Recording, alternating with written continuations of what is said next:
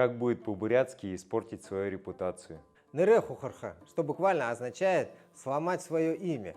Но дело в том, что фраза нырэ хухарха содержит неразрешимое противоречие для тех, кто осваивал бурятский язык в соответствии с его общепринятой грамматикой, в соответствии с которой нырэ трактуется как существительное нырэ имя в форме так называемого определенного винительного падежа. Кого что? Свое имя. Вся проблема в том, что хухарха – это не ломать, а именно ломаться. Получается, ломаться свое имя. Или, к примеру, переживать по-бурятски будет ханаагазоваха, где зобаха – это терзаться, ханаага – свои мысли. Получается, опять же, терзаться свои мысли.